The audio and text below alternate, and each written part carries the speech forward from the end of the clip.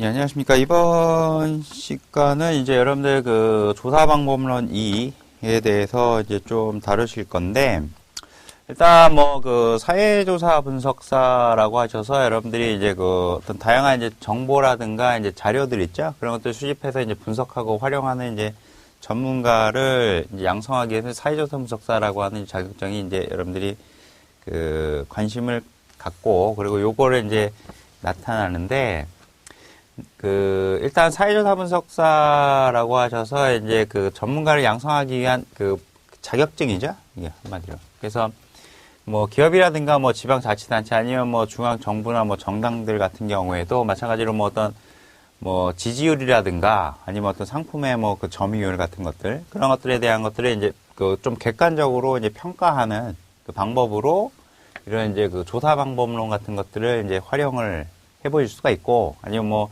신제품을 뭐 새로 뭐 기획을 한다든가 할 때 그때도 이제 이런 이제 조사 방법들이 이제 필요할 텐데, 그 조사 진행과 어떤 결과 분석 또는 이제 보고서까지를 이제 작성하는 그런 일련의 과정을 뭐 다루는 이제 전문가로서 이제 사회조사 분석사라고 하는 걸로 그 보통 그 이야기를 하죠, 이게.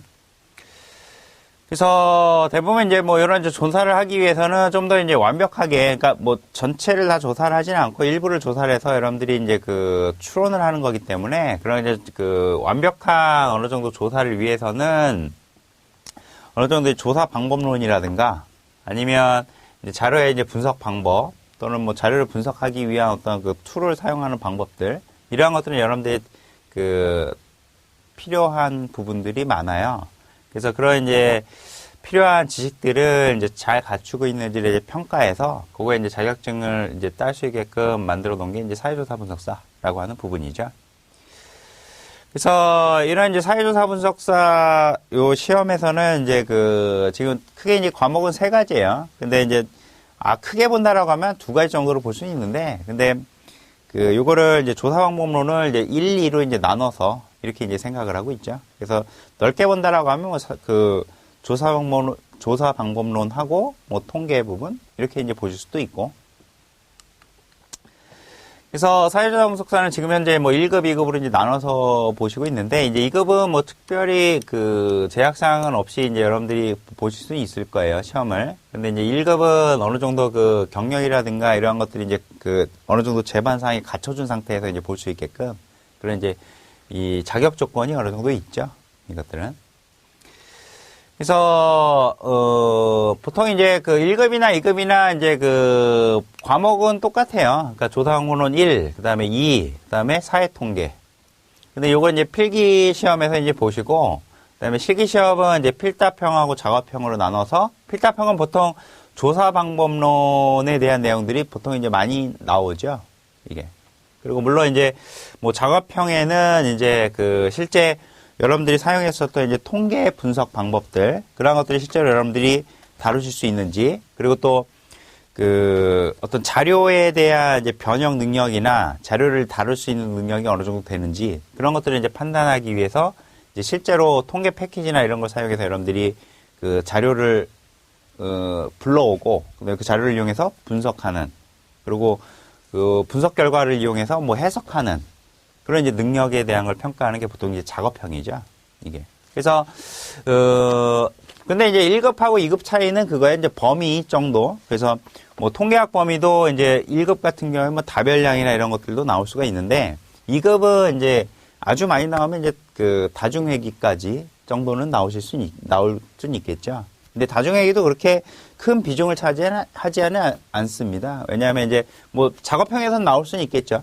근데 그 필기에서는 이제 나오기 힘든 게 이제 뭐 수식으로 계산하고 해야 되는 부분이 좀 많아서, 그런 것들은 뭐 필기 부분은 여러분들이 이제 어느 정도 그 좀 노력을 하시면 쉽게 해결하실 수가 있고, 이제 작업형 같은 경우에는 조금 이제 여러분들이 그 패키지나 이런 것들 좀 익숙하게 연습을 해보셔야 돼요, 이런 것들은.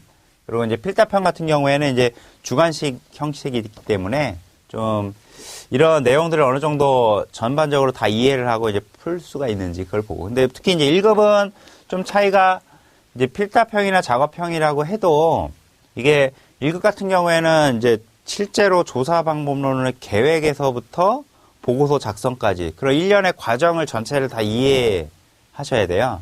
그래서 그 조사 기획 그리고 그런 어떤 그 조사할 때에 들어가는 뭐 비용이라든가 그런 것들은 이제 어떻게 처리할 건지 그리고 또 조사 진행 그 스케줄 같은 것들 그런 것들은 이제 계획을 짜는 거에서부터 그 설문지를 어떻게 작성할 건지 어떤 척도를 쓸 것인지 그런 것들에 대한 내용들이 전반적으로 다 다뤄지죠. 1급에서는.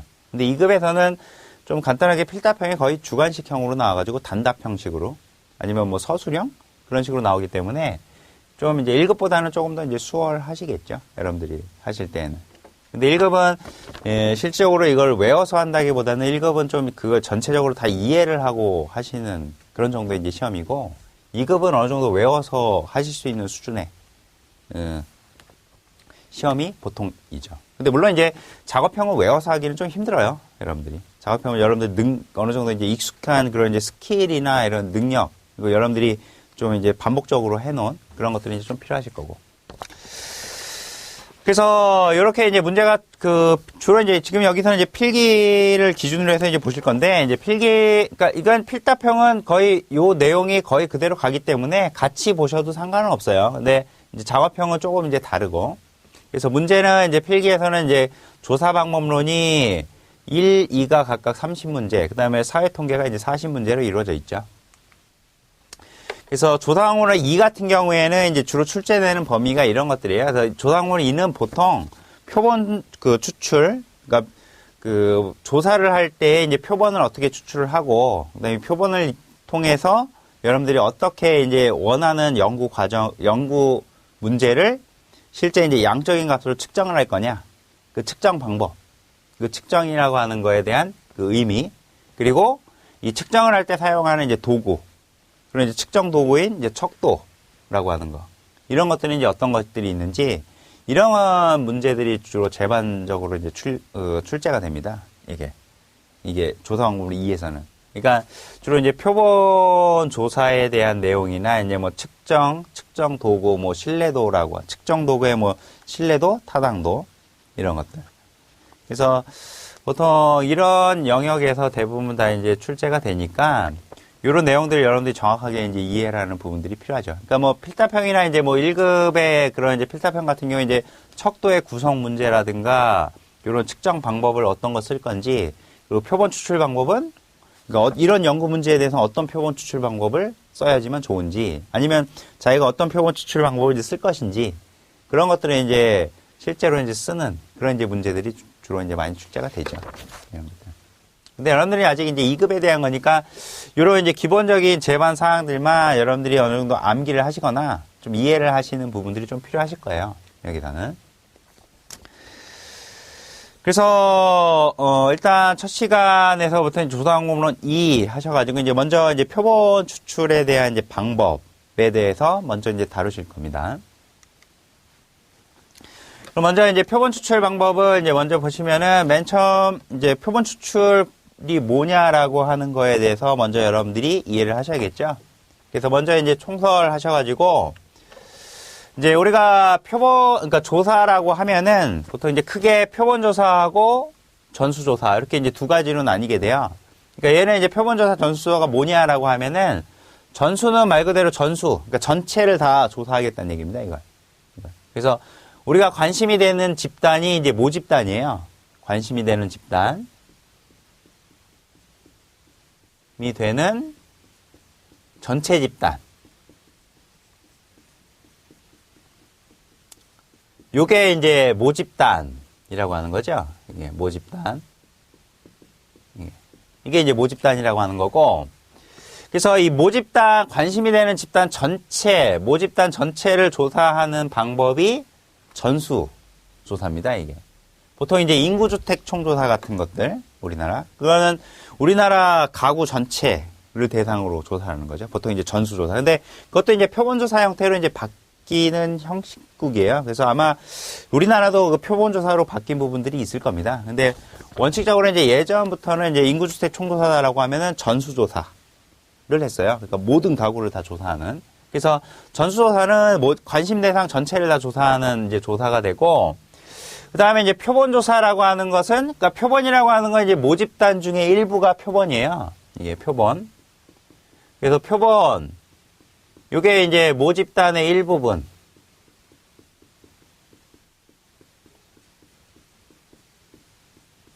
요게 이제 표본이라고 하는 겁니다. 그래서 모집단의 일부만 조사하는 게 표본조사예요.